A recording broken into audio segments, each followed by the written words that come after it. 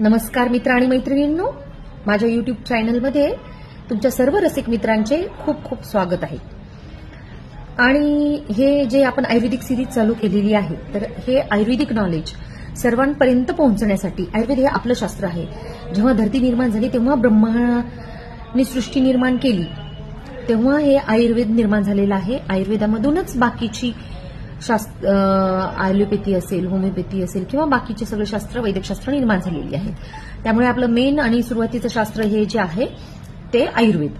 आणि त्यामुळे माझं हे चॅनल जे आहे युट्यूब चॅनल सबस्क्राईब करा।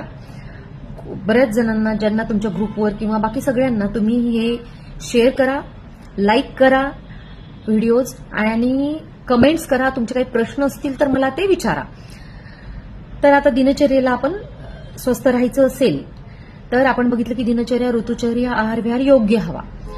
तर दिनचर्येला सुरुवात करूयात। तर दिनचर्या म्हणजे काय, तर सकाळी उठल्यापासून रात्री झोपेपर्यंत करावयाचे सदाचरण, याला आपण दिनचर्या म्हणतो। तर याच्यामध्ये सर्वप्रथम येतं सकाळी लवकर उठणे, प्रारुत्थान।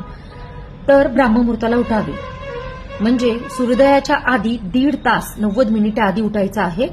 आणि मग उठल्या उठल्या भगवंताचे स्मरण करायचे आहे, परमात्म्याचे स्मरण करायचे आहे।